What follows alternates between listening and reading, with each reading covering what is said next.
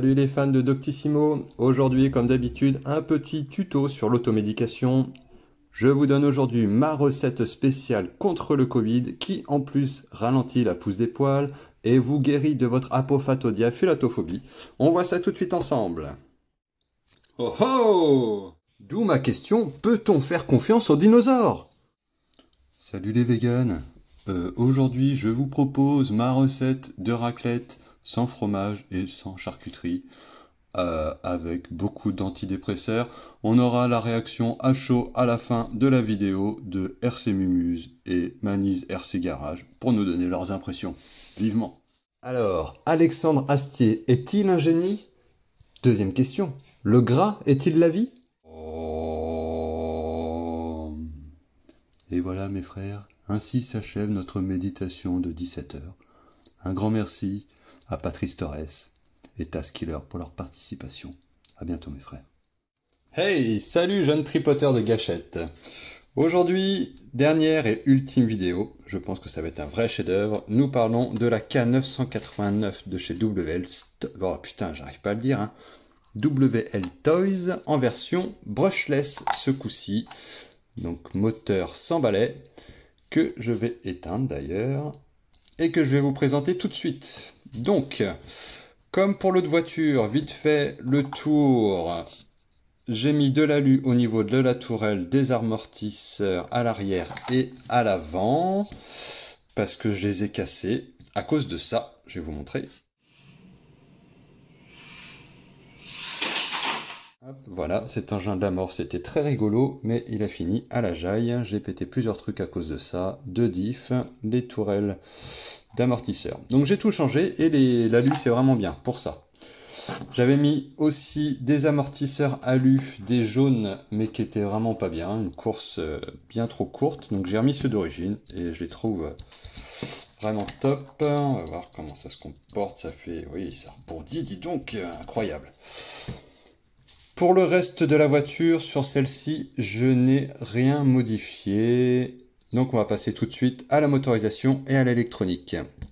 Le moteur, j'ai pris un petit moteur Surpass Hobby 5500 kV. Acheté, alors je vais pas vous le dire à chaque fois, soit à Banggood, soit chez Banggood, soit sur AliExpress. C'est ce moteur tout simple, je crois qu'il coûte une 19 € à peu près. Voilà, quand je l'ai pris avec un ESC qui allait avec, ESC 18 ampères, celui-ci, qui sur papier avait l'air vraiment très très bien, petit, plutôt joli en plus, donc voilà, j'étais comme un fou, je l'ai monté, j'ai allumé la bête, donc il faisait déjà énormément de cogging. Cogging, pour ceux qui savent pas ce que c'est la voiture qui a du mal à avancer, un peu parkinsonienne et d'un coup, qui part à fond. Donc elle m'a fait ça pendant 2 minutes, j'ai insisté un peu, puis bah finalement il est parti en fumée. Voilà, petite fumée blanche qui s'en est échappée. J'ai recontacté le vendeur, qui m'en a remboursé la moitié, ce qui est sympa parce que ça faisait plus d'1 mois que je l'avais commandé. Voilà, donc grâce au remboursement, j'ai acheté un autre ESC. Une très bonne idée encore de ma part. J'ai pris un petit 10 ampères de chez Hobby King. Qui était conseillé dans plusieurs vidéos sur la K989. Très bien, très fin, facile à monter. Je l'ai monté et là pareil, cogging à mort, donc un peu moins que l'autre. Elle broutait, et hop, elle démarrait. Donc c'était super chiant. Donc s'offrait à moi 2 solutions, soit d'acheter un plus petit moteur, ce que j'ai fait. Je l'ai reçu, donc c'est toujours un Surpass Hobby, cette fois-ci en 3500 kV, que je n'ai pas monté, parce qu'en attendant, j'ai reçu un autre ESC, le S-Run 18 ampères de chez Hobbywing, que j'avais vu aussi dans plusieurs vidéos, et pour le coup, eh ben, c'est avec celui-là, je n'ai aucun problème. Alors il est mastoc, hein. Il est vraiment assez gros, je suis même pas sûr qu'il puisse rentrer dans la K969, il est mastoc. Il y en a pas mal qui mettent l'ESC et le récepteur. Ah merde, c'est de l'autre côté du coup. Hop, à la place de la batterie. Ils enlèvent le compartiment batterie. Ils mettent la batterie sur le dessus. Et ils mettent tout ça sur le côté. Moi, je n'avais pas la place. Sinon, je pense que je l'aurais bien fait. Donc voilà. Pour le branchement de l'ESC, je vais vous en montrer un petit peu plus. On a 3 fils qui vont au moteur. Ces 3 fils, elles sont arrivées à la base avec des petites fiches bananes comme ça au bout. Voilà, sur les 3. Moi, j'avais rien pour mettre. Donc, je les ai coupés. J'ai coupé, voilà, petit point de soudure au niveau du moteur. Sur le moteur, vous avez noté A, B, C. Derrière le SC, là vous allez rien voir, mais c'est noté aussi ABC. Et ben faut pacifier, parce que moi j'ai fait les bonnes soudures dans un premier temps, et finalement c'était monté à l'envers. Donc c'était un peu chiant. C'est roulable, mais c'est un peu inutile. Donc du coup, il faut ressouder, dessouder.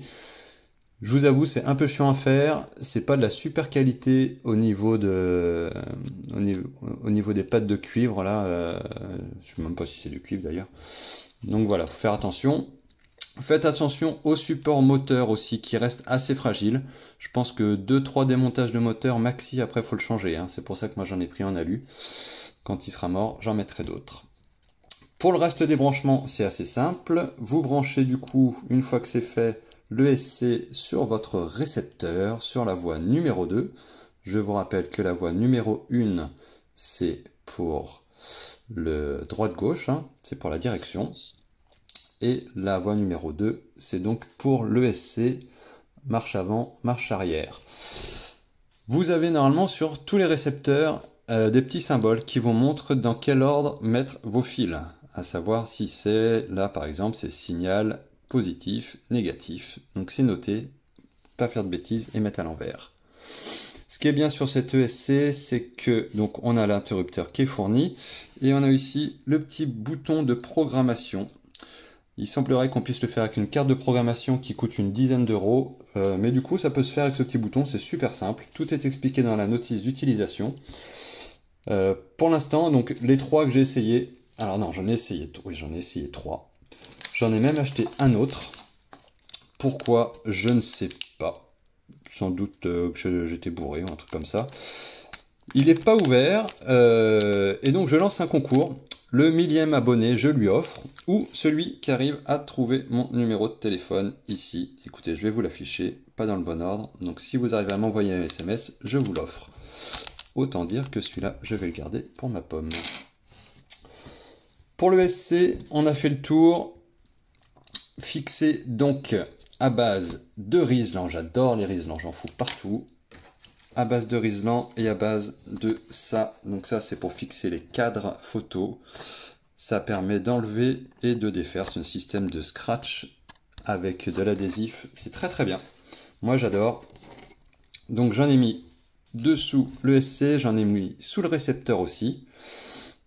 Récepteur, donc, on va en parler. J'ai choisi pour cette version brushless la Radiolink RC4GS V2.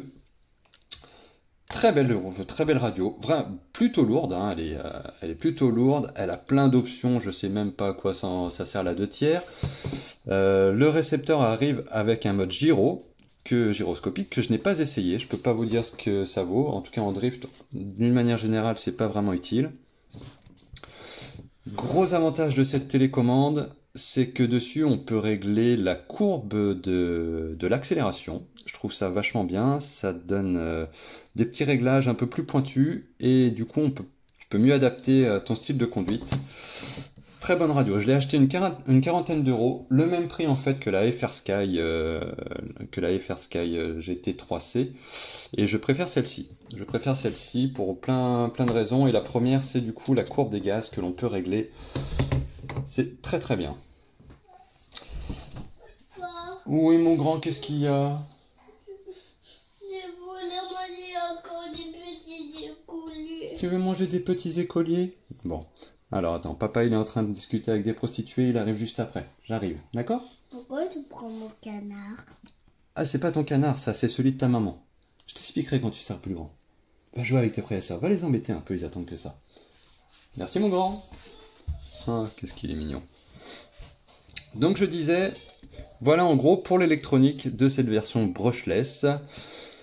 C'est un peu le bazar. Franchement, je pense que un de ces 4, si j'ai le courage, je vais tout refaire, découper les fils un peu plus courts. Donc pareil, rends compte que mon puits n'est pas assez grand pour mettre tous mes enfants dedans. Il va falloir que je creuse un peu plus profond. Très bonne voiture à la finale comme ça. Je pense que je vais la garder. Je vais rien changer de plus. Je vais garder cette électronique. Le 5500 kV, c'est peut-être un peu abusé pour ce que j'en fais. Si un jour je sais pas quoi faire ou que je suis au chômage, je changerai le moteur pour essayer le 3500 kV. Toujours pareil, quand vous voulez changer toute l'électronique, pensez à anticiper sur les câbles dont vous aurez besoin. Sans doute des petits câbles comme ça, JST, mâle ou femelle, pour le branchement au moteur. Voilà, regardez bien tout ça avant parce que c'est toujours pareil, entre 3 semaines et 5 mois d'attente avec les sites chinois. Donc prenez votre mal en patience, anticipez et puis vous allez pouvoir vraiment vous amuser. Le budget total pour ça, donc la voiture 35-40 euros, le moteur il coûte à lui seul 19 euros, le SC Hobby-Wing 19 euros, la radio 40 euros. Dans celle-là, j'ai aussi changé le cerveau de direction. Comme sur l'autre voiture, j'ai mis un métallique, donc ça coûte 7 euros. Ce qui fait un total de 8 997 euros. Voilà. Bon, et ben, on va l'allumer, vite fait. Soyons fous, soyons fous. Hop. Tac, tac, tac, petite musique. Voilà.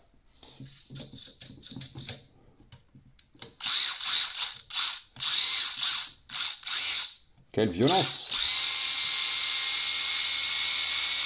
Voilà, impeccable. Ça fonctionne à mort. C'est très très bien. Voilà pour finir ces 3 vidéos. Du coup, mon petit ressenti en général, la version brushless est vraiment celle que je préfère. Ça vient peut-être de la télécommande d'ailleurs, pas forcément de la motorisation, ni le fait qu'il soit brushless. Gros avantage du brushless, autonomie un petit peu plus longue forcément, beaucoup moins de chauffe. Alors le moteur d'origine il chauffe à mort, celui-là beaucoup moins, donc ça c'est plutôt agréable. Et puis voilà, écoutez, j'espère que vous êtes amusés autant que moi à regarder ces vidéos que moi à les faire. Je pense qu'il n'y en aura pas d'autres, sauf si je change vraiment beaucoup de matériel. Sinon, je ferai quelques petites vidéos de roulage en FPV de temps en temps, si je peux, tous les 2-3 mois, si j'ai le temps. Voilà, merci à tous, prenez bien soin de vous. Oh putain, encore une dernière info que je voulais vous donner, c'est le poids des voitures. Donc je vais peser la brushed, je sais pas comment on dit, en premier. Elle est à 182 grammes avec la batterie en 450 mAh. Donc on a dit 182. Et l'autre, elle est à 187. Que 5 grammes de plus, je pensais pas. Je pensais qu'elle serait bien plus lourde. Je connais pas le poids d'origine des voitures, mais honnêtement, le fait qu'elles soient plus lourdes, ça leur donne un petit peu d'inertie, leur permet d'avoir un frein moteur un peu plus long. Allez, ciao! Bah non, je suis con. Il me restait à aborder le côté FPV sur cette voiture. Premier achat pour le FPV, ça, c'est un ensemble que j'ai pris chez Vosges Modélisme en France. Je crois qu'ils ne le font plus, malheureusement. C'est une petite caméra combo avec la caméra LVTX intégrée avec une antenne au-dessus, normale. La batterie, le branchement qui se fait à l'arrière, c'est très malin avec un petit TPU, super solide du coup. J'avais acheté ça tout fait 20-25 euros peut-être. Je le fixe du coup sur du scratch sur la voiture. Je peux l'enlever et le remettre sans problème. En cas de gros carton, ça se défait tout seul. Voilà, donc ça se fait plus, donc débrouillez-vous pour ça. Et les lunettes et les masques, pour ceux qui se posent la question. Moi j'ai un masque, du coup, Eachine, que ma fille s'était acheté pour ses drones, pas cher, je crois 50 euros. Le Fat Shark HDO, qui date un petit peu, mais qui à l'époque coûtait super cher, j'ai dû le payer 400 euros. Si vous voulez en savoir plus sur les masques et sur les lunettes, c'est pas moi qui vais vous conseiller. Il y a des gars, des groupes, des youtubeurs qui sont bien plus calés, bien plus doués, qui pourront vous donner toutes les infos que vous voulez. Donc voilà, sortez-vous les doigts du cul et allez chercher les infos. Ciao! Enfin après, avec vos doigts, vous faites ce que vous voulez. Voilà, et pour finir, un petit bonus, comme toute trilogie qui se respecte. Peter Jackson n'a qu'à bien se tenir. Voilà le démontage d'un diff avec le limage et le graissage pour ceux que ça intéresse. Bon visionnage. Oh, mais quelle vitesse, t'as vu ça? C'est incroyable. Il va super vite. Je suis sûr qu'il y a des rageux qui vont dire que c'est accéléré. Sans doute des supporters du PSG d'ailleurs. Oh là là, c'est incroyable ce qu'il fait. Incroyable. Ah tiens, ah oui, c'est pour limer. Ah oui, là ça lime. Ah ça, pour limer, ça lime. Ah ça, il aime ça limer. Hein. Voilà, ça lime, ça lime. Je sens qu'elle va être chiante cette vidéo. Ah, un peu de graisse. Ah, oh, oh, faut pas en mettre trop, faut en mettre juste un petit peu. On graisse, on graisse. Derrière le gras, c'est la vie. Faut remonter. Conseil, quand vous remontez, serrez pas à fond les vis. Hein. Vraiment, ça sert à rien, ça va tout bloquer. Il vaut mieux laisser un tout petit peu de jeu. Ça va permettre une meilleure mobilité et ça sera plus souple à la conduite. Et c'est valable pour l'ensemble de la voiture. Quand vous la démontez, pas la peine de serrer les vis trop fort. Il fait des trucs avec ses mains, c'est incroyable. Oh, qu'est-ce qu'elle doit être heureuse, sa femme. C'est un petit peu long quand même. Allez. Voilà, je crois qu'on arrive au bout. Graisse. Mais les dernières vis. Oh, quelle dextérité. C'est incroyable. Quel génie. Mais quel génie. On arrive au bout. Hein, il galère un peu.